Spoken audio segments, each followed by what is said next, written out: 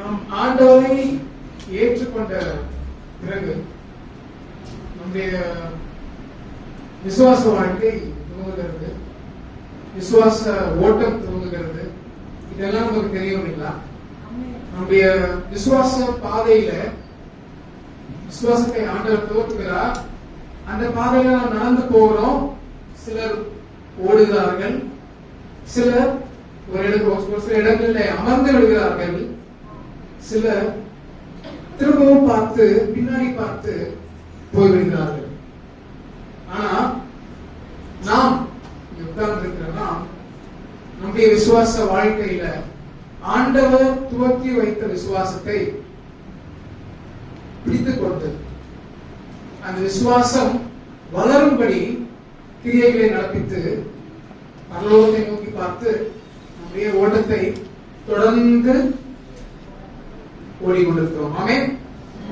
எல்லாரும் கவனிக்கலாம்.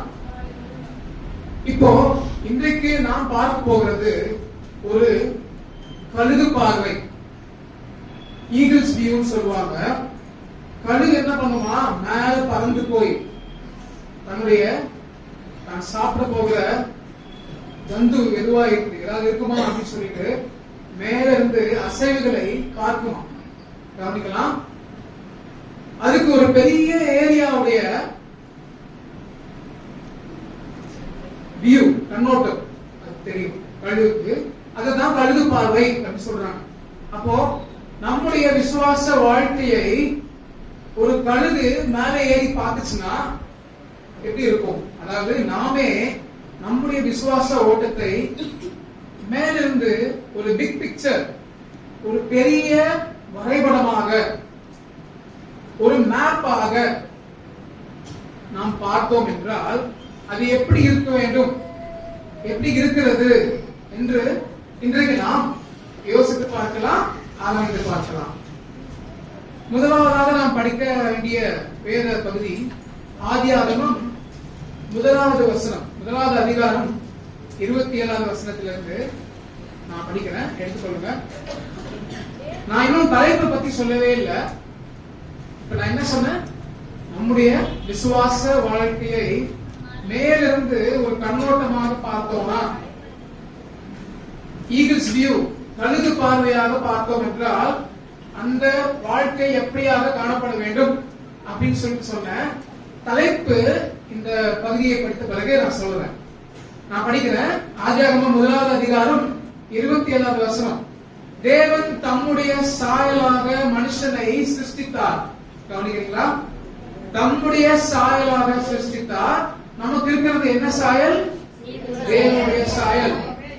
அவனை தேவ சாயலாகவே சிருஷ்டித்தார். திரும்பவும் சொல்றாங்க பாருங்க. தேவன் தம்முடைய சாயலாக மனுஷனை சிருஷ்டித்தார், அவனை தேவ சாயலாகவே சிருஷ்டித்தார். எதுக்கு 2 முறை சொல்லணும்? ஆணும் பெண்ணுமாக அவர்களை சிருஷ்டித்தார். அடுத்த வசனம், பின்பு தேவன் அவர்களை நோக்கி, நீங்கள் பழுகி பெருகி பூமியை நிரப்பி. நல்லா கவனிச்சுக்கோங்க. இதுதான் இதுக்கப்புறம் உள்ள இந்த பகுதிக்கு அப்புறம் தான் உள்ளதுதான். இதை நீங்க கவனிச்சீங்கன்னா புரியும். பழுகி பெருகி பூமியை நிரப்பி அதை கீழ்ப்படுத்தி சமுத்திரத்தின் மச்சங்களையும் ஆகாயத்து பறவைகளையும் பூமியின் மேல் நடமாடுகிற சகல ஜீவ ஜந்துக்களையும் ஆண்டு கொள்ளுங்கள் என்று சொல்லி தேவன் அவர்களே ஆசீர்வதித்தார். 2வது அதிகாரம் எடுத்துக்கொள்ளலாம். ஆதியாகமம் 2வது அதிகாரம் 7வது வசனத்திலிருந்து நான் படிக்கிறேன். தேவனாகிய கர்த்தர் இப்ப என்ன பண்றாரு? படிக்கலாம். மனுஷனை உருவாக்குறாரு, தேவனுடைய சாயலாகவே உருவாக்குறாரு, ஆணும் பெண்ணுமாக உருவாக்குகிறார். அப்புறம் என்ன சொல்றாரு? பழுகி பெருகுங்கன்னு சொல்றாரு, இந்த பூமியை நிரப்புங்க அப்படின்னு சொல்றாரு. ஓகேங்களா? 2வது அதிகாரத்துல என்ன நடக்குதுன்னு பார்ப்போம். தேவனாகிய கர்த்தர் மனுஷனை பூமியின் மண்ணினாலே உருவாக்கி, அதோடைய விளக்கம் எப்படி உருவாக்குகிறார் அப்படின்னு, ஜீவ சுவாசத்தை அவன் நாசியிலே ஊதினார், மனுஷன் ஜீவாத்மாவானார். இப்போ நாம் நம்மை எடுத்துக்கொள்வோம், நம்மை நாம் கருதி கொள்வோம். நாம் எப்படி இருக்கோமா? ஆண்டவருடைய சாயலாக இருக்கிறோம். அப்போ நான் இப்படி இருக்கிறேன்னா அது அது என்னுடையது கிடையாது. யாருது? ஆண்டவருடைய சாயல். அடுத்தது, எனக்குள்ள சுவாசம் இருக்கிறது, எனக்குள்ள ஜீவன் இருக்கிறது, அது யாருது? என்னுடையது கிடையாது. யாருது? தேவனுடையது. எப்படி உருவாக்கினாரா? மண்ணினாலே உருவாக்கி ஜீவ சுவாசத்தை அவன் நாசியிலே ஊதினார். அப்ப என்கிட்ட இருக்கிறது என்னது? எதுவுமே என்னுடையது கிடையாது. எனக்கு சொந்தமானது என்று இந்த வாழ்க்கையிலே மனுஷனாக பிறந்த நான் எதுவும் எனக்கு சொந்தம் என்று கருதவே முடியாது. ஏன்? என்னுடைய சுவாசம் முதற்கொண்டு, என்னுடைய சாயல் முதற்கொண்டு அது என்னுடையது கிடையாது, அது ஆண்டவருடையது. ஆமென். இந்த விஷயத்தை மைண்ட்ல வச்சுப்போம்.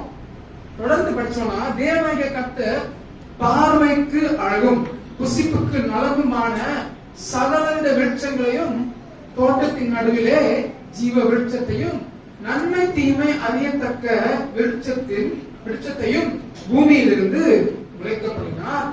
15வது வசனம் படிக்கலாம். தேவனாகிய கர்த்தர் மனுஷனை ஏதேன் தோட்டத்தில் அழைத்துக் கொண்டு வந்து அதை கவனிக்கலாம், பண்படுத்தவும் காக்கவும் வைத்தார். திரும்பவும், தேவனாகிய கர்த்தர் மனுஷனை நோக்கி கவனிக்கலாம், நீ தோட்டத்தில் உள்ள சகல விருட்சத்தின் கனியையும் புசிக்கலாம். 17வது வசனம், ஆனாலும் நன்மை தீமை அறியத்தக்க விருட்சத்தின் கனியை புசிக்க வேண்டாம், அதை நீ புசிக்கும் நாளில் சாகவே சாவா என்று கட்டளையிட்டார். 18வது வசனம், பின்பு தேவனாகிய கர்த்தர் மனுஷன் தனிமையாயிருப்பது நல்லதல்ல, ஏற்ற துணையை அவனுக்கு உண்டாக்குவேன் என்றார். அதுக்கப்புறம் என்ன நடந்துச்சுன்னா நமக்கு எல்லாருக்கும் தெரியும் இல்லைங்களா? ஆதாமை தூங்க வைத்து விழா எலும்பை எடுத்து ஏவாளை உருவாக்குகிறார். ஏவாளுக்கு கூட்டிட்டு வந்து ஆதாமுக்கு துணையாக கொடுக்கிறார். இங்க என்ன பார்க்க முடிகிறது அப்படின்றா, தம்முடைய சாயலாக மனுஷனை உருவாக்குகிறார், தன்னுடைய ஜீவனை மனுஷனுக்கு கொடுக்கிறார், அவன் தங்கும்படி அவனுக்கு தேவையான எல்லா விஷயங்களையும் ஆண்டவர் ஏற்படுத்துகிறார். ஒரு தோட்டத்தை ஏற்படுத்தி மனுஷனை அந்த தோட்டத்தில் கொண்டு போய் விடுகிறார். அந்த தோட்டத்தை காக்கவும் பண்படுத்தவும், என்ன சொல்லுதுங்க வசனம்? காட்டுங்களா? தோட்டத்தை காக்கவும் அதை பண்படுத்தவும் அவர்களுக்கு கட்டளையிடுகிறார். அது மட்டும் இல்லாம அவன் தனியா இருப்பானே, ஆதாம் தனியா இருப்பானேன்னு சொல்லிட்டு ஏவாளையும் உருவாக்கி ஆதாம் இடத்திலே கொடுக்கிறார். ஏவாளுக்கு துணை ஆதாம், ஆதாமுக்கு துணை ஏவா. இப்போ இதுதாங்க ஒரு பிக் பிக்சர், ஒரு கழுகு பார்வை. ஆண்டவர் மனிதனை உருவாக்குகிறார், தன்னுடைய சாயலாக தன்னுடைய ஜீவனை கொடுக்கிறார். எதுவுமே அவனுக்கு சொந்தம் கிடையாது. அவனை கொண்டு போய் ஒரு தோட்டத்தில் விடுகிறார். அந்த தோட்டமும் அவனுக்கு சொந்தம் கிடையாது. அந்த தோட்டத்தில் உள்ள மரம் செடி கொடிகள் அவனுக்கு சொந்தமா கிடையாது. ஆனா ஆண்டவர் என்ன சொல்றாரு? நீங்க இதெல்லாம் என்ன பண்ணுங்க, ஆண்டு கொள்ளுங்கள் அப்படின்னு சொல்றாரு. தோட்டத்தில் இருக்கிற எல்லாத்தையுமே நீங்க சாப்பிடலாம், நன்மை தீமை அறியத்தக்க விருட்சத்தின் கனியை தவிர எல்லாத்தையுமே நீங்க சாப்பிடலாம் அப்படின்னு கூட ஆண்டவர் சொல்றாரு. இப்போ இங்க ஒரு பேட்டர்னை பார்க்க முடியுது இல்லைங்களா? இங்க ஒரு அச்சு, ஒரு பேட்டர்ன் என்னன்னா, ஒருவனை ஒருத்தியை ஆண்டவர் அழைத்து வந்து தேவையான எல்லா விஷயங்களையும் கொடுத்து இதை பண்படுத்தி காத்து ஆண்டு கொண்டு பழுகி பெருகுங்கள் அப்படின்னு சொல்லிட்டு ஏதேன் தோட்டத்துல கொண்டு விடுறாரு. அவங்ககிட்ட இருக்கிறது எதுவுமே அவங்களுக்கு சொந்தமானது கிடையாது. நம்முடைய வாழ்க்கையையும் நாம் யோசித்து பார்ப்போம். நமக்கு சொந்தமானது எதுவும் கிடையாது. ஆதாமுக்கும் ஏவாளுக்கும் தேவையான எல்லா விஷயங்களையுமே ஆண்டவர் ஏற்படுத்தி கொடுத்தார். பாவம் வருவதற்கு முன்பாக கஷ்டம் என்பது அவர்களுக்கு இல்லை. ஆனா அவர்களுக்கு அப்புறம் அவங்க பாவம் செய்த பிறகு நாம் கஷ்டப்படுகிறோம், அது ஒரு பக்கம். ஆனா இங்க என்ன நம்ம பார்க்க வேண்டியது என்னன்னா, தனக்கு சொந்தமான விஷயம் எதுவுமே கிடையாது. ஆனா ஆண்டவர் எல்லாவற்றையும் ஏற்படுத்தி மனுஷனுடைய கரங்களிலே கொடுக்கிறார். இதை செய், இதை செய்யாதே அப்படின்னு இன்ஸ்ட்ரக்ஷன்ஸையும் கொடுக்கிறார். ஆண்டு கொண்டு அதை காத்து, எதை காத்து? அந்த தோட்டத்தை காத்து, அதை பண்படுத்தி அதிலே வருகிற பயன்களை எல்லாம் அனுபவிக்குமாறு சொல்லுகிறார். இந்த விஷயத்தை பார்க்கும்போது ஆதாமும் ஏவாளும் அந்த ஏதேன் தோட்டத்தில் உக்கிரானக்காரர்கள். உக்கிரானக்காரர்கள்னா யாரு தெரியுங்களா? ஆமென். மேனேஜர், மேலாளர்கள் அப்படின்னு சொல்லலாம். அப்போ நாம் அனைவரையும் ஆண்டவர் மேனேஜர்ஸ் ஆக, அதாவது உக்கிரானக்காரர், இங்கிலீஷ்ல டிரான்ஸ்லேட் பண்ணா மேனேஜர்னு வந்து அந்த வார்த்தையை நம்ம யூஸ் பண்ண வேண்டாம். உக்கிரானக்காரர்களாக ஆண்டவர் நம்முடைய வாழ்க்கையிலே அனைவரையும் ஏற்படுத்தி இருக்கிறார். நம்முடைய கரங்களிலே வெளியேறப்பட்ட நிறைய விஷயங்களை ஆண்டவர் கொடுத்திருக்கிறார். அந்த விஷயங்களை நாம் எவ்வாறு காத்து பண்படுத்தி அதை நாம் எப்படி நம்முடைய வாழ்க்கையில கொண்டு செல்கிறோம் அப்படின்றத ஆண்டவர் பார்க்க விரும்புகிறார். ஆதாம் ஏவாளை போல நமக்கு தேவையான எல்லா விஷயங்களையும் ஆண்டவர் ஏற்படுத்தி அதை நாம் எவ்வாறு கையாளுகிறோம், உண்மையுள்ள உத்தமமுள்ள உக்கிரானக்காரர்களாக நாம் இருக்கிறோமா, நமக்கு கொடுக்கப்பட்ட விஷயங்களை சரியா நம்ம மேனேஜ் பண்றோமா அப்படின்னு சொல்லிட்டு ஆண்டவர் பார்த்து கொண்டிருக்கிறார். ஒரு நாள் எஜமானாக ஆண்டவர் திரும்ப வருவார். உக்கிரான கணக்கை ஆண்டவர் விசாரிப்பார், கேட்பார். உனக்கு நான் எவ்வளவு கொடுத்தேன், இது கொடுத்தேன், நீ என்ன பண்ண? ஒவ்வொரு நாளும் உனக்கு 24 மணி நேரங்கள் இருந்தது, நீ என்ன பண்ண? உனக்கு இத்தனை தாளந்துகளை கொடுத்த, நீ என்ன பண்ண? உனக்கு அருமையான குடும்பத்தை கொடுத்த, நீ என்ன பண்ண? அருமையான குழந்தைகளை கொடுத்த, நீ என்ன பண்ண? குழந்தையின் வாழ்க்கையில உன்னுடைய இன்வெஸ்ட்மெண்ட் என்ன அப்படின்னு சொல்லிட்டு ஆண்டவர் பல கேள்விகளை நம்மிடத்திலே கேட்பார். ஏன் என்றால் நமக்கு சொந்தமானது இந்த பூமியில ஒன்றும் கிடையாது. எல்லாம் ஆண்டவர் நமது கரங்களிலே கொடுத்தது. அதை நாம் எவ்வாறு உண்மையுள்ள உக்கிரானக்காரர்களாக, ஸ்டீவர்ட்ஸ் அப்படின்னு சொல்லிட்டு இங்கிலீஷ்ல இருக்கு, உண்மையுள்ள உத்தமமுள்ள உக்கிரானக்காரர்களாக எவ்வாறு கையாளுகிறோம் என்பதை ஆண்டவர் பார்க்க விரும்புகிறார். கடைசி நாளிலே கணக்கு கேட்பார் அப்படின்றதுதான் இன்றைய செய்தியின் தலைப்பு. இது முதலில் ஒரு இன்ட்ரோடக்ஷன் தான். நாம் தொடர்ந்து என்ன பார்க்க போகிறோம் அப்படின்னா, உக்கிரானக்காரன் என்றால் யார்? உக்கிரானக்காரன், ஒரு மேனேஜர் அப்படின்னா யாரு? யாருமே இல்லையா? கணக்கு ஒப்பிக்கிறவங்க. ஆமா, நீங்க சொல்லலாம், நீங்க பேசலாம், உங்களை பேசுவதற்கான நேரம். நான் ரொம்ப கேள்வி கேட்டு தொந்தரவு பண்றேன்னு நினைக்கிறேன்.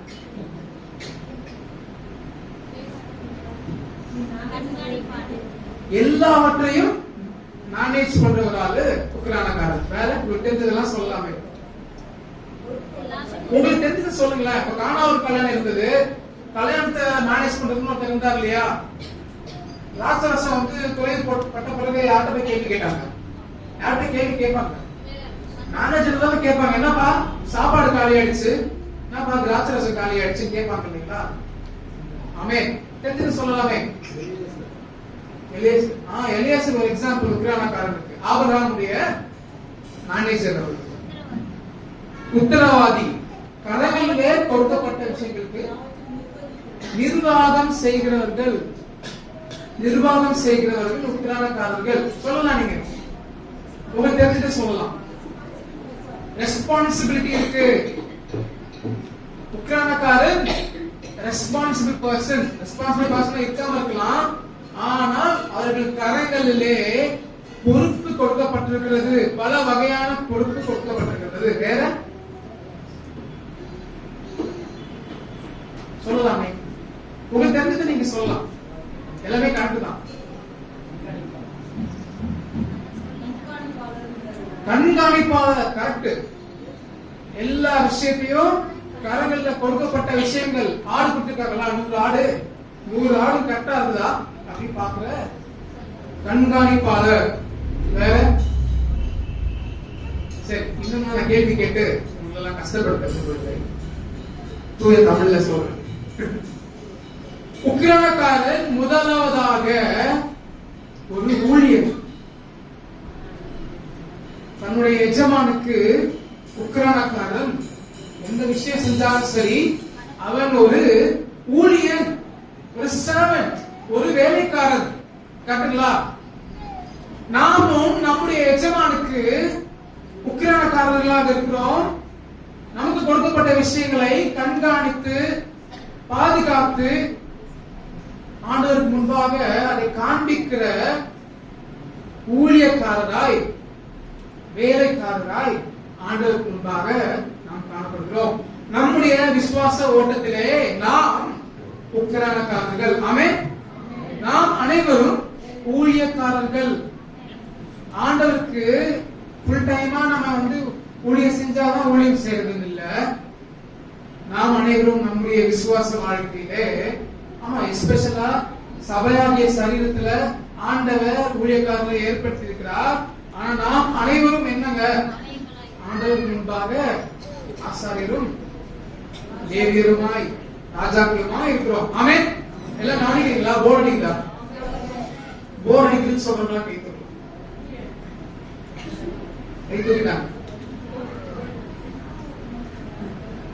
சரி, போர் அடிக்காம கொண்டு போகலாம். இப்போ இந்த மேனேஜர் எப்படிப்பட்ட மேனேஜரா இருக்கணும்? நாம் நம்முடைய வாழ்க்கையில மேனேஜர்ஸா இருக்கோம் இல்லைங்களா? உக்கிரானக்காரர்களா இருக்கிறோம் இல்லைங்களா? இந்த கரங்கள்ல நிறைய விஷயத்தை ஆண்டவர் கொடுத்திருக்கிறார் இல்லைங்களா? நிறைய பேர் நம்ம யோசிக்கிறதே கிடையாது. என் கையில இவ்வளவு விஷயம் கொடுத்திருக்கிறாரு ஆண்டவர் அப்படின்றது யோசிக்கிறதே கிடையாது. எப்படிப்பட்ட உக்கிரானக்காரர்களாக நாம் இருக்க வேண்டும் அப்படின்னு சொல்லிட்டு ஆண்டவர் எதிர்பார்க்கிறார் அப்படின்றது ஒண்ணு. எப்படி ஆண்டவர் நம்மை உக்கிரானக்காரர்களாக தேர்ந்தெடுத்திருக்கிறார் அப்படின்றதை நம்ம பார்க்கலாம். ஒரு பகுதியை வாசிக்கலாம். 1 கொரிந்தியர் 6வது அதிகாரம் 19வது வசனத்திலிருந்து படிக்கிறேன். ஏதாவது படிக்கலாமே? உங்கள் சரீரமானது நீங்கள் தேவனாலே பெற்றும் உங்களில் தங்கியும் இருக்கிற பரிசுத்த ஆவியினுடைய ஆலயமாய் இருக்கிறது. நீங்கள் உங்களுடையவர்கள் அல்லவென்றும் அறிவீர்களா? நீங்கள் உங்களுடையவர்கள் அல்ல என்று நீங்கள் அறிவீர்களா? தொடர்ந்து படிக்கலாம். 17வது வசனம். கிரயத்துக்கு கொல்லப்பட்டீர்களே. ஆமென். ஆகையால் தேவனுக்கு உடையவைகளாகிய உங்கள் சரீரத்தினாலும் உங்கள் ஆவியினாலும் தேவனை மகிமைப்படுத்துங்கள். ஆமென். இன்னொரு வசனம் படிக்கலாம். 1 கொரிந்தியர் 3வது அதிகாரம் 17வது வசனம். ஒருவன் தேவனுடைய ஆலயத்தை கெடுத்தால் அவனை தேவன் கெடுப்பார். ஆமென். தேவனுடைய ஆலயம் பரிசுத்தமாய் இருக்கிறது, நீங்களே அந்த ஆலயம். முதலாவதாக ஆண்டவர் நமக்கு கொடுத்த ஒரு விலையேற பெற்ற விஷயம் என்னங்க? நம்முடைய சரீரம். அந்த சரீரத்தை நாம் எவ்வாறாக மேனேஜ் பண்றோம்? அது தேவனுடைய ஆலயம். அப்படிப்பட்ட ஒரு சிந்தை நமக்கு இருக்கிறதா? நாம் நம்முடையவர்கள் அல்ல. நம்முடைய சரீரம் ஆண்டவருடைய ஆலயமா இருக்கிறது. அடுத்தது, நமக்கு ஒரு விலையேறப்பட்ட ரட்சிப்பை ஆண்டவர் கொடுத்திருக்கிறார். எபேசியர் 1வது அதிகாரம் 6வது வசனத்திலிருந்து படிக்கிறேன். தம்முடைய தயவுள்ள சித்தத்தின்படியே நம்மை இயேசு கிறிஸ்து மூலமாய் தமக்கு ஸ்ரீகார புத்திரராகும்படி முன் குறித்திருக்கிறார்.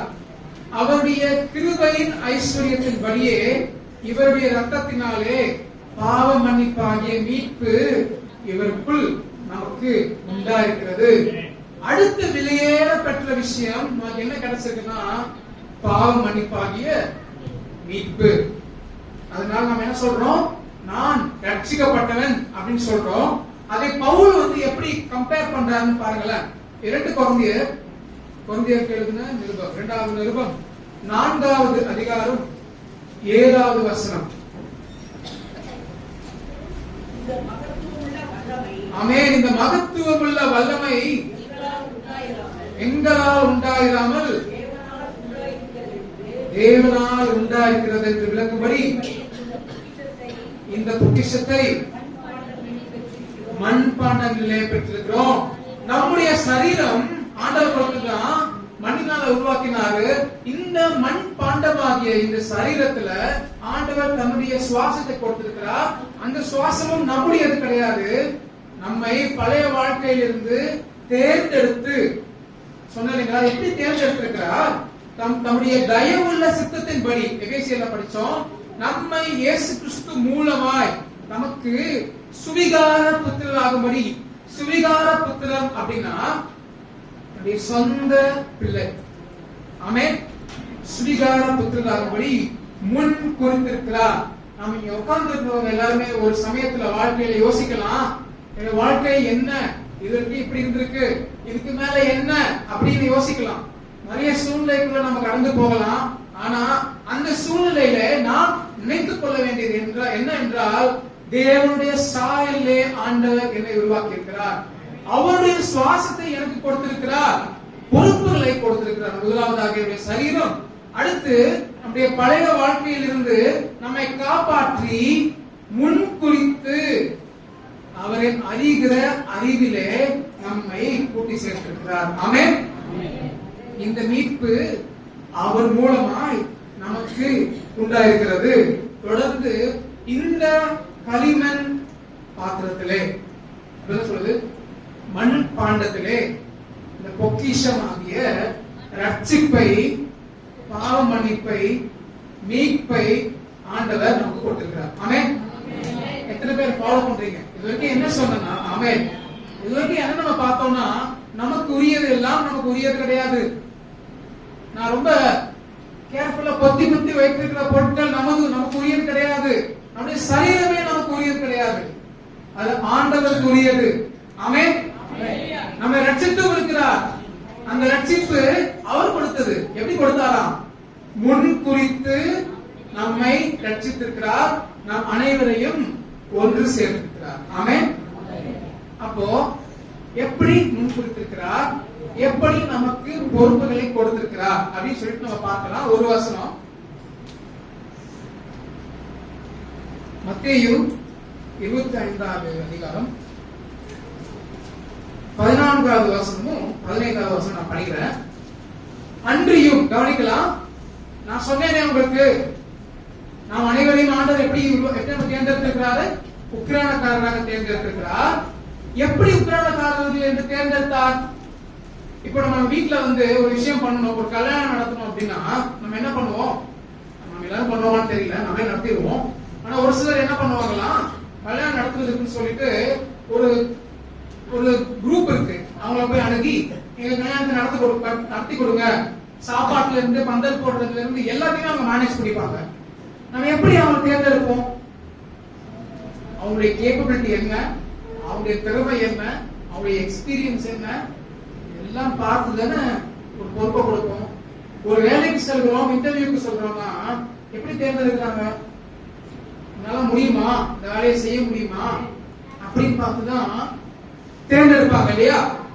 அதே போலவே ஆண்டவர் ஒவ்வொருத்தருக்கும் கொடுக்கப்பட்ட பொறுப்புகள் நம்முடைய திறனுக்கு ஏற்றவாறாக ஆண்டவர் கொடுத்திருக்கிறார். படிக்கலாம். மத்தேயு 25:14. அன்றியும் பரலோக ராஜ்யம் புரதேசத்துக்கு பிரயாணமாய் போகிற ஒரு மனுஷன் தன் ஊழியக்காரரை அழைத்து தன் ஆஸ்திகளை அவர்கள் வசமாய் ஒப்பு கொடுத்தது போல் இருக்கிறது. கவனிக்கலாம். 15வது வசனம், அவனுடைய திறமைக்கு தக்கதாக ஒருவனிடத்தில் 5 தாலந்தும், ஒருவனிடத்தில் 2 தாலந்தும், ஒருவனிடத்தில் 1 தாலந்துமாக கொடுத்து உடனே பிரயாணப்பட்டு போனான். ஆமென். ஆண்டவர் நம்மை தேர்ந்தெடுத்திருக்கிறார், முன் குறித்திருக்கிறார், நம்மை இந்த சபையிலே நாட்டி இருக்கிறார், இந்த சமுதாயத்திலே ஆண்டவர் கொண்டு வந்து சேர்த்திருக்கிறார். இந்த நாட்டிலே, இந்த ஸ்டேட்ல, இந்த சிட்டில ஆண்டவர் ஏன் நம்மளை வைத்திருக்கிறார்? நிறைய பேருக்கு நம்முடைய நாடு பிடிக்காது, நம்முடைய ஸ்டேட் பிடிக்காது, அவங்க ஃபாரின் தான் பிடிக்கும். நம்ம நாடு சரியில்லாம இருக்கலாம், ஆனா நிறைய பேருக்கு பிடிக்காது. அங்க இருக்குது அப்படின்னு. ஆனா காரணம் உண்டு. ஆண்டவர் நம்மை ஒரு நாட்டிலே, ஒரு ஸ்டேட்ல, ஒரு மாநிலத்துல, ஒரு சிட்டில, ஒரு வீட்டுல, ஒரு சர்ச்சில் நாட்டி இருக்கிறார் அப்படின்னா ஒரு காரணம் உண்டு. அந்த இடத்திலே நமக்கு கொடுக்கப்பட்ட நம்முடைய சரீரமாகிய பொக்கிஷத்தை, நம்முடைய ரட்சிப்பாகிய பொக்கிஷத்தை, நம்முடைய குடும்பமாகிய பொக்கிஷத்தை, நம்முடைய பிள்ளைகளாகிய பொக்கிஷத்தை, நம்முடைய நேரமாகிய பொக்கிஷத்தை, நம்முடைய ஸ்ட்ரென்த் ஆகிய பொக்கிஷத்தை, நம்முடைய பணம் ஆகிய பொக்கிஷத்தை எவ்வாறு நாம் கையாளுகிறோம் அப்படின்றத ஆண்டவர் கூர்ந்து கவனிக்கிறார். ஆமென். அப்போ நமக்கு கையில கொடுக்கப்பட்டது, இவனால இது செய்ய முடியும் அப்படின்னு சொல்லிட்டு பார்த்துதான் என்ன பண்றாரு ஆண்டவர் கரங்களிலே கொடுத்திருக்கிறார். நம்மை இந்த சபையிலும் கொண்டு வந்து சேர்த்திருக்கிறார். ஆமென். எப்படி முன்படுத்திருக்கிறார், எப்படி பொறுப்புகளை கொடுத்திருக்கிறார் சொல்லிட்டு இவங்க பார்த்தோம் இல்லைங்களா? அடுத்தது, ஒரு நல்ல உக்கிரானக்காரன் எப்படி இருக்கணும் அப்படின்றத பார்க்கலாம். மத்தேயு 25வது அதிகாரம் 14வது வசனத்திலிருந்து நான் படிக்கிறேன். எடுத்துக்கொள்ளலாம். மத்தேயு படிச்சாச்சு, திரும்ப படிக்கலாம். 25:14 இருந்து 2 வருஷம் தான் படிச்சோம். அன்றியும் பரலோக ராஜ்யம், கவனிக்கலாம். இங்கதான் வந்து உத்தமம் உள்ள, உண்மையுள்ள உக்கிரானக்காரன் யார் அப்படின்றத புரிஞ்சு கொள்ளலாம். முக்கியமான விஷயம் 2 இந்த இடத்துல இருக்கு. நல்லா கூர்ந்து கவனிக்கலாம். நம்முடைய கரங்களில் ஆண்டவர் பொறுப்பு கொடுத்திருக்கிறார். அதை எப்படி நம்ம கையாளுகிறோம் என்று பார்த்தோம், இப்படி கையாள வேண்டும் என்று பார்த்தோம். அதை பற்றி இங்கே கொடுக்கப்பட்டிருக்கிறது. அன்றியும் பரலோக ராஜ்யம், புரதேசத்துக்கு பிரயாணமாய் போகிற ஒரு மனுஷன் தன் ஊழியக்காரரை அழைத்து தன் ஆஸ்திகளை அவர்கள் வசமாய் ஒப்பு கொடுத்தது போல் இருக்கிறது. ஆண்டவர் என்ன பண்ணிருக்காரு, தன்னுடைய கரங்களிலே இருக்கிற பொக்கிஷமாகிய விஷயங்களை நம்முடைய கைகளிலும் ஒப்பு கொடுத்து சென்றிருக்கிறார் இயேசு கிறிஸ்து. 16வது வசனம், அவனுடைய திறமைக்கு தக்கதாக ஒருவனிடத்தில் 5 தாலந்தும், ஒருவனிடத்தில் 2 தாலந்தும், ஒருவனிடத்தில் 1 தாலந்துமாக கொடுத்து உடனே பிரயாணப்பட்டு போனான். இப்ப என்னங்க, எஜமான் எங்க இல்ல, உக்கிரானக்காரன் கூட இல்ல, விட்டுட்டு போயிட்டாரு. 5 தாலந்தை வாங்கினவன், இந்த தாலந்து சொல்றாங்களே, என்னது? காசு, டாலண்ட், திறமை, கிஃப்ட். இங்க வேதத்துல குறிப்பிடப்பட்ட தாலந்து அப்படின்னா சொல்லுங்க என்ன?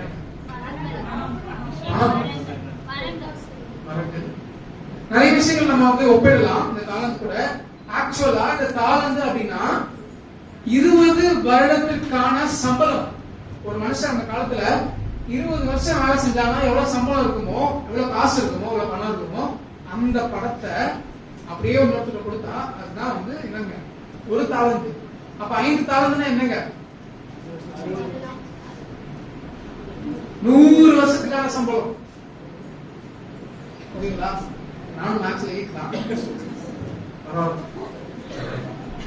நல்லா கால்குலேட். 5 தாலந்து ஒருத்தர் கொடுத்திருக்கிறாரு, இன்னொருத்தர் எவ்வளவு கொடுத்திருக்கிறாரு? 2 தாலந்து கொடுத்திருக்கிறாரு, இன்னொருத்தர் 1 தாலந்து கொடுத்தாரு. அப்போ இவ்வளவு அதிகமான பணத்தை கொடுத்துட்டு என்ன சொல்லிருக்காரு? ஒண்ணுமே சொல்லல இல்லையா? என்ன சொன்னாரு? அவன் அவனுடைய திறமைக்கு தக்கதாக ஒரு இடத்துல 5, ஒரு இடத்துல 2, இன்னொருத்துல 1 கொடுத்துட்டு உடனே பிரயாணப்பட்டு போயிட்டான். அதுக்கடுத்து என்ன நடந்தது? 5 தாலந்தை வாங்கினவன் போய் அவைகளை கொண்டு வியாபாரம் பண்ணி வேறு 5 தாலந்தை சம்பாதித்தான். அப்படியே 2 தாலந்தை வாங்கினவனும் வேறு 2 தாலந்தை சம்பாதித்தான். 1 தாலந்தை வாங்கினவனோ போய் நிலத்தை தோண்டி எஜமானுடைய பணத்தை புதைத்து வைத்தான். வெகு காலமான பின்பு, கவனிக்கலாம், அந்த ஊழியக்காரனுடைய எஜமான் திரும்ப வந்து அவர்களிடத்தில் கணக்கு கேட்டான். நம்முடைய வாழ்க்கையிலும் ஆண்டவர் நம்மிடத்திலே கணக்கு கேட்பார். ஆமென். அப்பொழுது 5 தாலந்தை வாங்கினவன் வேறு 5 தாலந்தை கொண்டு வந்து, ஆண்டவனே 5 தாலந்தை எனக்கு கொடுத்தீரே, இன்னாங்க 10 தாலந்தா கொடுக்கிறேன். இதை நான் மல்டிப்ளை பண்ணிருக்கிறேன், பெருக்கி இருக்கிறேன் அப்படின்னு சொல்லிட்டு கொடுக்கிறார். அடுத்து 2 தாளந்து வாங்கினவனு என்ன பண்றான், கொண்டு வந்து அப்படி கொடுக்கிறான். அதுக்கு எஜமான் என்ன சொல்றாரு, அவனுடைய எஜமான் அவனை நோக்கி, நல்லது உத்தமமும் உண்மையுள்ள ஊழியக்காரனே, கொஞ்சத்திலே உண்மையா இருந்தால் அநேகத்தின் மேல் உன்னை அதிகாரியாக வைப்பேன், உன்னுடைய எஜமானுடைய சந்தோஷத்திலே பிரவேசி. இதேதான் 2 தாளந்த பெருக்கினவனையும் சொல்றாரு இல்லைங்களா. உன் எஜமானுடைய 23வது வருஷம் உன் எஜமானுடைய சந்தோஷத்துக்கு பிரவேசிக்கிறான். 1 தாளந்தை கவனிக்கலாம். 1 தாளந்தை வாங்கினவன் வந்து, ஆண்டவனே நீர் விதைக்காத இடத்திலே அறுக்கிறவரும் தெளிக்காத இடத்திலே சேர்க்கிறவருமான கடினமுள்ள மனுஷன் என்று அறிவேன். ஆகையால் நான் பயந்து உமது தாளந்தை நிலத்திலே புதைத்து வைத்தேன். இதோ உம்முடையதை வாங்கிக் கொள்ளுன்னு சொல்லிட்டு அவர் கொடுத்தது அப்படியே என்ன பண்றான், ஒண்ணுமே பண்ணல, அதை சேதப்படுத்தல, தொலைச்சிடல, அதை பிரயோஜனமும் படுத்தல, தன்னுடைய வாழ்க்கைக்காகவும் அப்படியே புதைச்சு வச்சு திரும்ப கொண்டு வந்து எஜமான் கையிலே கொடுத்துட்டான். அதுக்கு எஜமான் என்ன சொல்றாரு, அவனுடைய எஜமானன் பிரதியுத்தரமாக, பொல்லாதவனும் சோம்பலுமான ஊழியக்காரனே, நான் விதைக்காத இடத்திலே அறுக்கிறவன் என்றும் தெளிக்காத இடத்திலே சேர்க்கணும் என்றும் அறிந்தாயே, காசுக்காரன் கொடுத்திருந்தா அது இன்ட்ரெஸ்ட் வந்துருக்குமே, வட்டிக்கு நீ காசு கொடுத்துருக்கலாமே, ஒரு பேங்க்ல போட்டு வச்சிருந்தா இன்ட்ரெஸ்ட் வந்திருக்குமே சொல்லுவோம்ல, அதே போல ஏதாவது பண்ணிருக்கலாமே அப்படின்னு சொல்லிட்டு கேட்கிறாரு. அதுக்கு அவனுடைய எஜமானுடைய ரியாக்ஷன் பாருங்களேன். பிரயோஜனமற்ற ஊழியக்காரனாகியவனை புறம்பான இருளிலே தள்ளி போடுங்கள். 25:30 அங்கே அழுகையும் பற்கடிப்பும் உண்டாகும். இப்ப நம்ம படிச்சதுல நம்ம என்ன புரிஞ்சுக்க முடியுதுன்னா, ஒரு வெளியேறப்பட்ட விஷயத்த இந்த கரங்கள்ல ஆண்டவர் கொடுக்கிறார். அதுக்கப்புறமா அந்த கொடுக்கப்பட்ட வெளியேறப்பட்ட விஷயம் நம்முடைய கஸ்டடியில வந்தது, அதாவது நம்முடைய பொறுப்புல வந்தது. ஆண்டவர் எதுவுமே கேட்கல, கேள்வி கேட்கல, என்ன பண்றாங்க வந்து பார்க்கல. வெகு நாள் ஆன பின்பு கணக்கு கேட்பார். இந்த உக்கிரானக்காரர்களை நம்ம பார்த்தோம்னா, இந்த வேலைக்காரரை நம்ம பார்த்தோம்னா, ஒருத்தர் என்ன பண்ணா, எடுத்துட்டு போயிட்டு அதை மல்டிப்ளை பண்ணான், பெருக்கணும். 2வது ஆளும் அதை பெருக்கணும். 3வது ஆள் என்ன பண்ணா, அதை அப்படியே புதைச்சு வச்சு. நம்முடைய வாழ்க்கையையும் நாம் யோசித்து பார்ப்போம், சிந்தித்து பார்ப்போம். நம்முடைய கரங்களிலே கொடுக்கப்பட்ட விலையேற பெற்ற விஷயங்களை நாம் புதைத்து வைத்திருக்கிறோமா? ஏன் புதைச்சு வச்சான் அவன் அப்படின்னு பாத்தீங்கன்னா, சோம்பல், பொல்லாதவனும் சோம்பலுமான ஊழியக்காரனே அப்படின்னு சொல்லிட்டு ஆண்டவர் சொல்றாங்க. இதுக்கு ஆப்போசிட் என்ன? உத்தமமும் உண்மையும் உள்ள ஊழியக்காரனே, கொஞ்சத்திலே உண்மையா இருப்பாங்க. அப்போ நம்முடைய வாழ்க்கையில ஆண்டவர் கொடுத்திருக்கிற வெளியேறப்பட்ட விஷயங்கள் நிறைய உண்டு. அதை காட்டிலும் இன்னும் பயங்கரமான வெளியேறப்பட்ட விஷயத்தை ஆண்டவர் நமக்கு கொடுக்க போகிறார். ஆமென். பரலோக ராஜ்யத்தை, நித்திய ஜீவனை ஆண்டவர் நமக்கு கொடுக்க போகிறார். இந்த கொஞ்சத்திலே, இந்த வாழ்க்கையில ஆண்டவர் நமக்கு கருத்துல கொடுத்த சின்ன விஷயங்களை, கொஞ்ச விஷயங்களை, அது வெளியேறப்பட்ட விஷயங்கள் தான். அதை நாம உண்மையும் உத்தமமாக பயன்படுத்தி இருக்கிறோம் என்றால் நாம் உண்மையும் உத்தமம் உள்ள ஊழியக்காரர் என்று பெயர் பெறுவோம். சோம்பலாக நமக்கு கொடுக்கப்பட்ட நேரத்தை நாம் செலவழித்துக் கொண்டிருக்கோம் என்றால் ஆண்டவர் என்ன சொல்வாரு? பொல்லாதவனும் சோம்பலுமான ஊழியக்காரனே அப்படின்னு சொல்லிட்டு திரும்ப அவர் வரும்போது நம்மை பார்த்து கேள்வி கேட்பார். என்னங்க, நான் காலைல எழுந்திருக்கிறேன், நாளைக்கு போறேன், நான் வரேன், சமைக்கிறேன், நான் எல்லாம் செய்யறேன், பாத்திரம் கழுவுறேன், இல்ல அயன் பண்றேன், ஏதோ அவர் திரும்பி போறேன், திரும்பி வரேன், திரும்ப சாப்பிடுறேன், தூங்குறேன். நம்முடைய வாழ்க்கை எல்லாம் இப்படிதான் இருக்கு. ஆனால் அந்த பிஸின்னு நினைக்கிறோம் இல்லைங்களா, பிஸியான வாழ்க்கை, வாரம் முழுவதும் பிஸியாக தான் இருக்கிறோம். அந்த வாழ்க்கையின் நடுவிலே ஆண்டவர் நம்முடைய வாழ்க்கையை ஆராய்ந்து பார்க்க இன்றைக்கு நம்ம இருக்கிறார். நமக்கு கொடுக்கப்பட்ட விஷயங்களை நாம் எவ்வாறாக கையாளுகிறோம்? ஆண்டுடைய பார்வையிலே நாம் உக்ரானக்காரர்களா இருக்கும். இப்போ புத்தகம் உள்ள உண்மையில உக்ரானக்காரனை பற்றி பார்த்தோம்.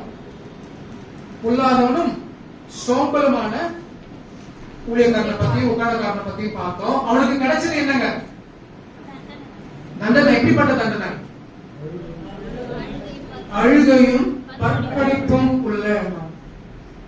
ஆண்டவரை ஏற்றுக்கொண்ட அனைவரும் பரலோகராஜ்யம் போயிருவோம் தான். ஆனா ஆண்டவர் என்ன எதிர்பார்க்கிறார் நம்மகிட்ட? விசுவாசத்தை காத்துக்கொண்டு உங்கள் விசுவாசம் நிறைவேற பிரயாசப்படுங்கள் அப்படின்னு சொல்லிட்டு ஆண்டவர் சொல்றார். அதனால ஆண்டவர் நான் ஏற்றுக்கிட்டேன், ஆண்டவரை கழுவிட்டாரு, ஆண்டவரை பரலோகராஜ்யம் கொண்டு போய்வார், உண்மைதான். இடையில நாம் செய்ய வேண்டிய விஷயங்கள் நிறைய இருக்குது. அதுதான் நம்ம பார்க்கிறோம். அடுத்தது ஆண்டவரே கேள்வி கேட்கிறார், யார் உத்தமம் உள்ள உண்மை உள்ள உக்ரானக்காரன்? யார் உண்மையுள்ள உத்தமம் உள்ள உக்ரானக்காரன் அப்படின்னு யார் அப்படின்னு சொல்லி கேள்வி கேட்டு அவரே பதில் சொல்றாரு. என்னன்னு பாப்போமா? மத்தேயு 24வது அதிகாரம் 45 51 வசனம் நான் படிக்கிறேன். ஏற்ற வேளையிலே தன் வேலைக்காரருக்கு போஜனம் கொடுத்து அவர்களை விசாரிக்கும்படி எஜமான் வைத்த உண்மையும் விவேகமுள்ள ஊழியக்காரன் யாவன்? எஜமான் வரும்போது அப்படி செய்கிறவனாக காணப்படுகிற ஊழியக்காரனே பாக்கியவான். தன் ஆஸ்திகள் எல்லாவற்றின் மேலும் அவனை விசாரணைக்காரனாக வைப்பான் என்று மெய்யாகவே மெய்யாகவே உங்களுக்கு சொல்லுகிறேன். அந்த ஊழியக்காரனோ பொல்லாதவனாய் இருந்து என் ஆண்டவர் வர நாள் செல்லும் என்று தன் உள்ளத்திலே சொல்லிக்கொண்டு தன் உடன் வேலைக்காரரை அடிக்க தொடங்கி வெறியரோடு புசிக்கவும் குடிக்கவும் தலைப்பட்டால் அந்த ஊழியக்காரன் நினையாத நாளிலும் அறியாத நாள்களிலும் அவனுடைய எஜமான் வந்து அவனை கடினமாய் தண்டித்து மாயக்காரரோடு அவனுக்கு பங்கை நியமிப்பான். அங்கே அழுகையும் பற்கடிப்பும் உண்டாகும். இந்த ரெண்டு விஷயங்கள் நான் சொன்னேன் இல்லைங்களா, விலையேறப்பட்ட விஷயங்களை ஆண்டவர் கரங்களிலே கொடுத்திருக்கிறார். அது கொடுத்து பெற்ற நாம் ஆண்டவர் பார்க்கல, எஜமான நம்ம பார்க்கல, அவர் வரதுக்கு லேட் ஆகும். இன்னைக்கு நான் ஜாலியா இருந்துக்கிறேன், நாளைக்கு நான் ஜாலியா இருந்துக்கிறேன், ஆண்டவர் வரதுக்கு லேட் ஆகும், நான் அப்புறமா மன்னிப்பு கேட்டுக்கிறேன், என் மனசுல நான் எனக்கு தோன்றதான் நான் செஞ்சுக்கிறேன், ஆண்டவர் தான் மன்னிச்சுவாரே. ஆண்டவர் தான் மிகவும் இரக்கமும் உருக்கமும் நீடிய சாந்தமும் உள்ள ஆண்டவர் ஆச்சே அப்படின்னு சொல்லிட்டு இந்த பொல்லாத உக்ரானக்காரனை போல, சோம்பல் உள்ள உக்ரானக்காரனை போல அவர் வரத்துக்கு லேட் ஆகுங்க, ஆண்டவர் திரும்ப வரத்துக்கு லேட் ஆகும், நான் எனக்கு தோன்றதெல்லாம் பண்ணுவேன் அப்படின்னு இருக்கிற ஒரு கும்பல் இருக்கு. ஆனா பார்க்கும்போது வேலை செய்யற மாதிரி, பார்க்கும்போது போட்டிருக்கு இல்லைங்களா, அவன் பார்வைக்கு எஜமான் வரும்போது அப்படி செய்கிறவனாக காணப்படுகிற ஊழியக்காரன் பாக்கியவான். ஆனா அவனுடைய கிரியைகள் எஜமான் கணக்கு கேட்கும் போது தெரிஞ்சிடும். கரெக்டுங்களா? வேலை செஞ்சுட்டு இருக்கிறோம், ரெண்டு விஷயம் கூட நல்லா மைண்ட்ல வச்சுக்கோங்க. வேலை செஞ்சுட்டு இருக்கோம், வேலை கொடுத்துருக்காங்க கம்பெனில, மேனேஜர் வரும்போது மட்டும் அப்படியே பயங்கரமா கீழே படுத்து கிளீன் பண்றது, துடைக்கிறது, கழுத்துறது எல்லாம் பண்ணுவாங்க. நான் பார்த்துருக்கேன். மாயக்கார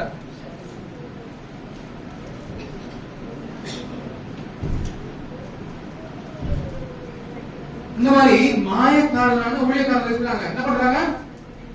மேனேஜர் வரும்போது பயங்கரமா அப்படியே அவங்க வேகம் இருக்கும் பாருங்க, அந்த மாதிரி அவங்க நீங்க பார்த்திருக்கவே மாட்டீங்க. அவ்வளவு வேகமா போய் இப்படி நான் பார்த்திருக்கேன். சில சமயம் அந்த புக்கை திருப்பி வச்சிருப்பாங்க பிள்ளைங்க டீச்சர் வரும்போது. அந்த மாதிரி மேனேஜர் பார்க்கும்போது இல்ல எடுத்துக்காட்டுக்கு சபைக்கு வரும்போது பயங்கரமான பரிசுத்தமான ஒரு அப்பியரன்ஸ். சபையை விட்டு போன உடனே யார் இது, யாருங்க அப்படின்னு கேட்கப்படுகிற ஒரு சூழ்நிலை. அப்படியா இருக்கு நம்ம வாழ்க்கையை யோசித்து பார்ப்போம். ஒருவேளை ஆண்டவர் வரும்போது நாம் உத்தமமாக இருக்கலாம்.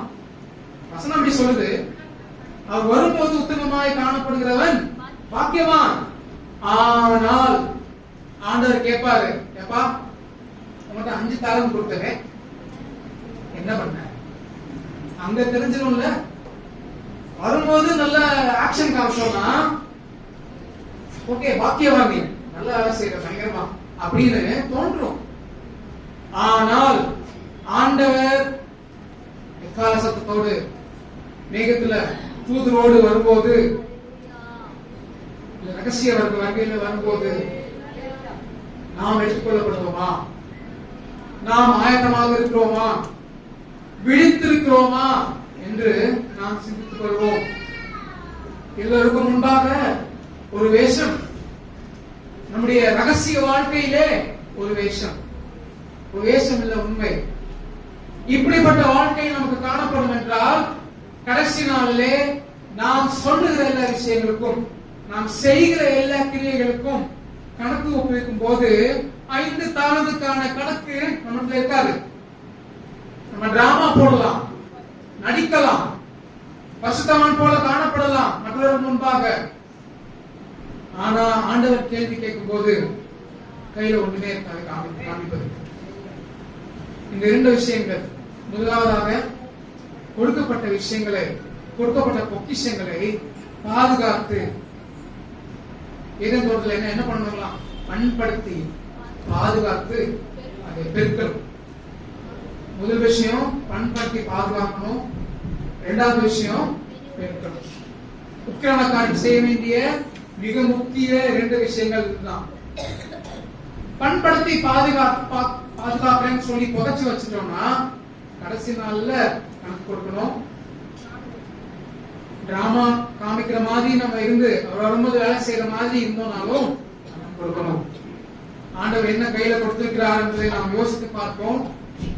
அதுக்கேற்றவாறு எப்படி நாம் அதை மல்டிப்ளை பண்றோம், எப்படி பெருக்குகிறோம், என்ன நம்ம எஃபர்ட் போடுறோம் நம்முடைய வாழ்க்கையில அப்படின்றதையும் நாம் யோசித்து பார்ப்போம். அநீதி உள்ள உக்கிரானக்காரருக்கு ஒரு சில, நம்ம நல்ல உக்கிரானக்காரன், உண்மையும் உத்தமம் உள்ள உக்கிரானக்காரனை பத்தி பார்க்கணுங்களா? அநீதி உள்ள உக்கிரானக்காரருக்கு ஒரு சில எக்ஸாம்பிள்ஸும் இருக்கு. அதை கொஞ்சம் வேகமா பார்த்துட்டு இன்னும் நிறைய இருக்கு கவர் பண்றதுக்கு. அதை வேகமா பார்த்துட்டு நம்ம மீதி உள்ளதை அடுத்து நாம் பார்க்கலாம். ஒரு சில வசனங்களை வாசிப்போம். லூக்கா 16வது அதிகாரம் முதல் வசனத்துல நான் படிக்கிறேன் சுருக்கமாக. பின்னும் அவர் தம்முடைய சீஷர்களை நோக்கி, கவனிக்கலாம், அநீதி உள்ள மேனேஜர், அநீதி உள்ள உக்கிரானக்காரன் எப்படி இருக்கிறான் அப்படின்னு சொல்லிட்டு ஒரு சில எக்ஸாம்பிள்ஸ். அவர் தம்முடைய சீஷர்களை நோக்கி, ஐஸ்வர்யவனாகிய ஒரு மனுஷனுக்கு ஒரு உக்கிரானக்காரன் இருந்தான். அவன் தன் எஜமானுடைய ஆஸ்திகளை அழித்து போடுவதாக எஜமானுக்கு அறிவிக்கப்பட்டது. அப்பொழுது எஜமான் அவனை வரவழைத்து, உன்னை குறித்து நான் இப்படி கேள்விப்படுகிறது என்ன? உன் உக்கிரான கணக்கை ஒப்புவி, இனி நீ உக்கிரானக்காரனாக இருக்கக்கூடாது என்றான். ஆமென். தொடர்ந்து படிச்சீங்கன்னா அவன் என்ன பண்றானா, கடன் பட்ட எல்லாரையும் கூப்பிட்டு வந்து, உனக்கு எவ்வளவு கடன்? 1 லட்சம் ரூபாய், 10,000 ரூபாய் போட்டுக்கோ. உனக்கு எவ்வளவு கடன்? 50,000 ரூபாய், 5,000 ரூபாய் போட்டுக்கோ அப்படின்னு சொல்லிட்டு கடன் வாங்கினவங்களுடைய அவங்களுடைய ஃபேவரை தான் வின் பண்ணிக்கிறாங்க. ஏன்னா வேலையை விட்டு அங்க போறாங்க இல்லையா? எக்ஸாம்பிளுக்காக சொல்றேன். அடுத்தது நம்ம பார்த்தோம் ஏற்கனவே மத்தேயு 25:24-25, புல்லாதவனும் சோம்பலுமான ஊழியக்காரன். அடுத்து அநீதி உள்ள உக்கிரானக்காரன். அடுத்தது இன்னொரு எடுத்துக்காட்டு மத்தேயு 21:33, சுயம் நலம் உள்ள, தன்னுடைய விருப்பங்களை மட்டும் கருத்தில் கொண்டிருக்கிற உக்கிரானக்காரர்கள். நம்முடைய வாழ்க்கையிலும் நம்முடைய குடும்ப வாழ்க்கையிலும் நாம் சுயநலம் உள்ளவர்களாக இருந்தோம் என்றால் நாம் அநீதி உள்ள உக்கிரானக்காரர்கள். இவங்க என்ன பண்றாங்க? வேறொரு உவமையை மத்தேயு 21:33 படிக்கலாம். வேறொரு உவமையை கேளுங்கள். வீட்டு எஜமானாகிய ஒரு மனுஷன் இருந்தான். அவன் ஒரு திராட்சை தோட்டத்தை உண்டாக்கி அதை சுற்றிலும் வேலையடைத்து அது ஒரு ஆலையை நாட்டி கோபுரத்தையும் கட்டி தோட்டக்காரருக்கு அதை குத்தகையாக விட்டு பிரதேசத்திற்கு போயிருந்தான். கனிகாலம் சமீபத்த போது அது கனிகளை வாங்கி கொண்டு வரும்படி தன் ஊழியக்காரரை தோட்டக்காரரிடத்திற்கு அனுப்பினான். அவங்க என்ன பண்றாங்க? நமக்கு தெரியும் இல்லைங்களா? ஊழியக்காரன் அனுப்புறான், கனியை வாங்கிட்டு வரணும்னு. அவங்க என்ன பண்றாங்க? அடிச்சு அசிங்கப்படுத்தி அனுப்பிச்சிடுறாங்க. திரும்பவும் அனுப்புறான், அவங்க அடிச்சு கொலை செய்து அனுப்பிச்சிடுறாங்க. கடைசியில தன்னுடைய மகனையே அனுப்புறான். பயப்படுவாங்க, ஏன்னா அந்த ஓனர் இல்லையா, ஓனரே அனுப்புனா பயப்படுவாங்கன்னு சொல்லிட்டு அனுப்பும்போது அவன் தான் இந்த இடத்துக்கு அடுத்து ஓனரா இருக்க போறான். அதனால அவனை கொண்டுடலாம் சொல்லிட்டு கொண்டுறாங்க. இப்படி தங்களுடைய சுயநலத்திற்காக தங்களுக்கு கொடுக்கப்பட்ட பொறுப்புகளை, வெளியேறப்பட்ட விஷயங்களை, வாழ்க்கையில் உள்ள விஷயங்களை சுயநலத்துக்காக பயன்படுத்துகிற உக்கிரனக்காரர்களும் உண்டு. அவங்களுக்கு என்ன தண்டனைங்க? 21:41. அதற்கு அவர்கள் அந்த கொடியரை கொடுமையாய் அழித்து. அப்ப ஆண்டவர் கேட்கிறாரு, இப்படிப்பட்ட மனுஷங்களை என்னங்க பண்றது அப்படின்னு ஆண்டவரே கேட்கிறாரு பேசும்போது. அதுக்கு மக்கள் என்ன சொல்றாங்க?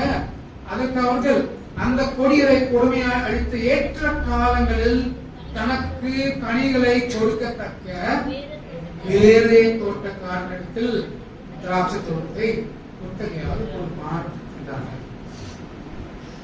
நம்முடைய கையில கொடுக்கப்பட்ட பொறுப்பை நாம் சரியாக எடுத்துக்கொள்ளாமல், சரியாக பண்படுத்தாமல், பாதுகாக்காமல் சோம்பலா இருந்தோம்னா, சுயநலத்தோடு அதை பயன்படுத்தணும் என்றால், நீங்க பாத்தீங்களா, கனிகளை கொடுக்கிற வேறொரு இடத்துல அந்த திராட்சை தோட்டத்தை எடுத்து கொடுக்கிறார்.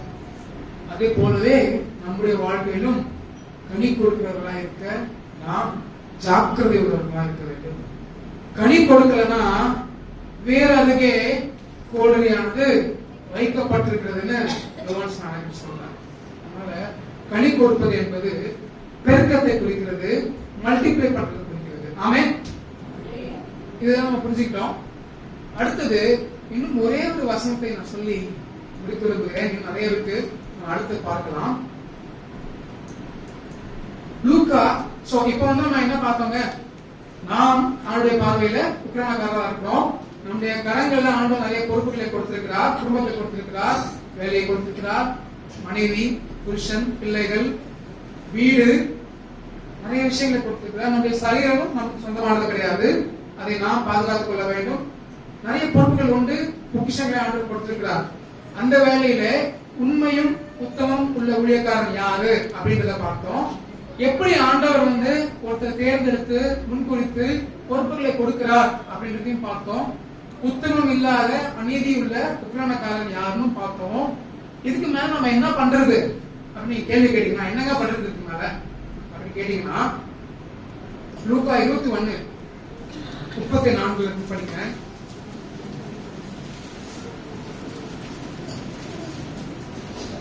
உங்கள் இருதயங்கள் பெருந்திண்டியினாலும் வெறியினாலும் லௌகீக கவலைகளினாலும் பாரம் அடையாதபடிக்கும் நீங்கள் நினையாத நேரத்தில் அந்த நாள் உங்கள் மேல் வராதபடிக்கு எச்சரிக்கையாயிருங்கள்.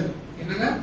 எச்சரிக்கையாயிருங்கள். இதுதான் நம்ம என்ன பண்ணணும்? முதலாவது பண்ண வேண்டிய விஷயம் எச்சரிக்கையாயிருங்கள். பூமியிலெங்கும் குடியிருக்கிற அனைவர் மேலும் அது ஒரு கண்ணியை போல வரும்.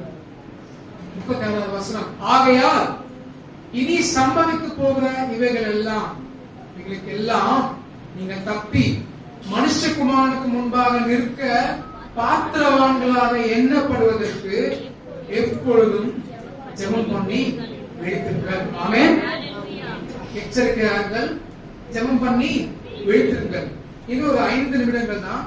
அடுத்தது ரெடியா இருக்கும் அப்படின்னு சொல்லிட்டு வசனம் சொல்றது. மத்தேயு 24வது அதிகாரம் 36. அதாவது இது எல்லாமே வந்து இயேசு கிறிஸ்து சடுதியிலே வருவார், எதிர்பாராத நாளிலே வருவார். நாம் எப்படி இருக்கணும்? உக்கிரானக்காரர்கள் என்ற கண்ணோட்டத்திலே நாம் எப்படி இருக்கணும்? நம்ம ரட்சிப்பை கண்ணோட்டமாக கொண்டு அடிப்படையாக கொண்டு நாம் எப்படி இருக்கணும்னு சொல்லப்படுகிற வசனங்கள். அந்த நாளையும் கவனிக்கலாம். அந்த நாழிகையும் என் பிதா தவிர ஒருவர் தவிர மற்ற ஒருவனும் அறியான், பரலோகத்தில் உள்ள தூதர்களும் அறியார்கள். நோவாவின் காலத்தில் எப்படி நடந்ததோ அப்படியே மனுஷகுமாரன் காலத்திலும் நடக்கும். எப்படி எனில் ஜலப்பிரளயத்துக்கு முன்னான காலத்திலே நோவா பேழைக்குள் பிரவேசிக்கும் நாள் வரைக்கும் ஜனங்கள் என்ன பண்ணாங்களாம்? புசித்தும் குடித்தும் பெண் கொண்டும் பெண் கொடுத்தும் ஜலப்பிரளயம் வந்த அனைவரையும் வாரிக்கொண்டு போகும் மட்டும் உணராதிருந்தார்கள். அப்படியே மனுஷகுமாரன் வருங்காலத்திலும் நடக்கும். அப்பொழுது 2 பேர் வயலிலே இருப்பார்கள், ஒருவர் எடுத்துக் கொள்ளப்படுவார், ஒருவர் கைவிடப்படுவான். 2 ஸ்திரீகள் எதிரில் அழைத்துக் கொண்டிருப்பார்கள், ஒருத்தி ஏற்றுக்கொள்ளப்படுவார், ஒருத்தி கைவிடப்படுவார். உங்கள் ஆண்டவர் இன்ன நாழிகையிலே வருவார் என்று நீங்கள் அறியாதிருக்கிறபடினால் விழித்திருங்கள், ஆயத்தமாயிருங்கள், எச்சரிக்கையாயிருங்கள், ஜெபம் பண்ணி விழித்திருங்கள். 43வது வசனம். திருடன் என்ன ஜாமத்தில் வருவான் என்று வீட்டெஜமான் அறிந்திருந்தால் அவன் விழித்திருந்து தன் வீட்டை கண்ணமிட ஒட்டான் என்று அறிவீர்கள். ஆனா நீங்கள் நினையாத நாழிகையிலே மனுஷகுமாரன் வருவார், ஆனால் நீங்களும் ஆயத்தமாயிருங்கள், ரெடியா இருக்கணும். எப்பொழுதுமே தன் அறையை கட்டி எஜமான் எப்போது வருவார் அப்படின்னு சொல்லிட்டு ஆயத்தமா இருக்கிற உக்கிரானக்காரனை போல நாம் காணப்பட வேண்டும். இன்னும் நிறைய விஷயங்கள், நிறைய வசனங்கள் உண்டு. நம்முடைய ரட்சிப்பை கண்ணோட்டமாக கொண்டு எப்படிதான் நம்ம உக்கிரானக்காரர்கள் ஆக இருக்க வேண்டும். நம்முடைய வேலையை அடிப்படையாக கொண்டு நாம் செய்யறோம் இல்லையா, அந்த வேலையை அடிப்படையாக கொண்டு அதுல நம்ம எப்படி உண்மையா இருக்கணும், உத்தமமா இருக்கணும். குடும்ப வாழ்க்கையில கணவன் மனைவி எப்படி உத்தமமா உண்மையா இருக்கணும், பிள்ளைகளை எப்படி நாம் நடத்தணும், இப்படி சொல்லிட்டு நிறைய விஷயங்கள் உண்டு. அதெல்லாம் நம்ம அடுத்து பார்க்கலாம். ஆனா ஃபைனலா ஒரே விஷயம் மட்டும் நான் சொல்லணும்னு விரும்புறேன்.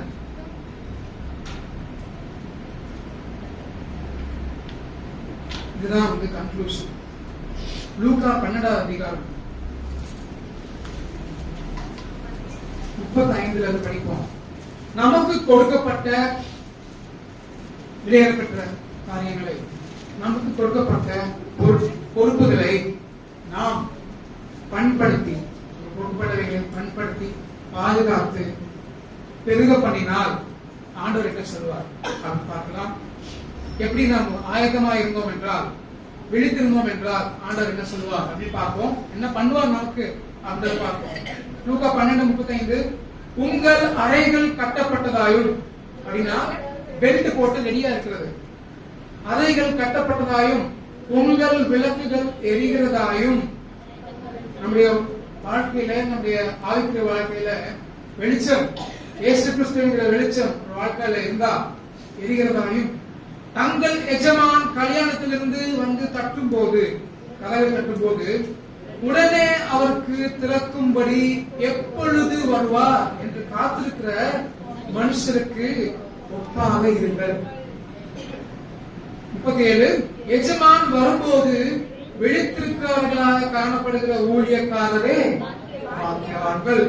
அவர்கள் அறை கட்டிக்கொண்டு, அவர்கள் இல்ல, அங்க இதெல்லாம் கவனிப்பீங்க, அவர் அறை கட்டிக்கொண்டு அவர்களை பங்கேற்க செய்து சமீபமாய் வந்து அவர்களுக்கு ஊழியம் செய்வார் என்று மெய்யாகவே உங்களுக்கு சொல்லுகிறேன். இங்க பாருங்க என்ன நடக்குது, அப்படியே ஆப்போசிட்டா நடக்குது. எஜமான் வரனா ஊழியக்காரங்க என்ன பண்றாங்க, வெயிட் பண்ணிட்டு இருக்காங்க. எஜமான் வந்த உடனே கை கழுவிட்டு வாங்க, சாப்பிடுங்க அப்படின்னு சொல்லிட்டு சொல்லுவாங்க இல்லையா. இங்க அப்படியே ஆப்போசிட்டா இருக்கு. விழித்திருந்து விளக்குகள் அணையாமல் எரிந்து கொண்டிருந்து எஜமானுக்காக காத்து கொண்டிருக்கிற ஊழியக்காரர்கள் எஜமான் வந்தவுடனே கதவை திறக்கும் போது எஜமான் வந்து நீ பட்ட எல்லா பிரயாசத்துக்கும் இதுதான் பலன் அப்படின்னு சொல்லிட்டு தன்னுடைய அறையை கட்டிக்கொண்டு நீங்க எல்லாம் உட்காருங்கப்பா, நீங்க சாப்பிடுங்க, நான் பரிமாறுறேன் அப்படின்னு சொல்லிட்டு ஆண்டவர் இயேசு கிறிஸ்து அவ்வளவு இரக்கம் உள்ளவராக காணப்படுகிறார். கடைசி நாளிலே நல்ல ஓட்டத்தை, நல்ல போராட்டத்தை போராடினேன், ஓட்டத்தை முடித்தேன் அப்படின்னு நாம் சொல்லுவோமா? அப்படி சொல்லுகிற ஆட்களாக நாம் காணப்பட்டோம் என்றால் ஆண்டவர் என்ன பண்ணுவாராம்? பந்தியை ஏற்படுத்தி நீங்க உட்காருங்க, நீங்க சாப்பிடுங்க, நான் பரிமாறுறேன்னு சொல்லிட்டு இயேசு கிறிஸ்து நம்முடைய சகோதரனா இருக்கிற இயேசு கிறிஸ்து பரலோகத்திலே ஆமென் நமக்காக அவர் வந்து என்ன பண்ணுவாராம்? ஊழியம் செய்வார். அது வசனம் சொல்லி யார் சொல்றாரு? இயேசு கிறிஸ்து தான் சொல்றாரு. அவர் இரண்டாம் ஜாமத்திலாவது, இது வந்து பிரியமான வேண்டிய விஷயம் இருக்கு, மூன்றாம் ஜாமத்திலாவது வந்து அவர்கள் அப்படியே இருக்க கண்டால் ஊழியக்காரர் பாக்கியவான்கள்.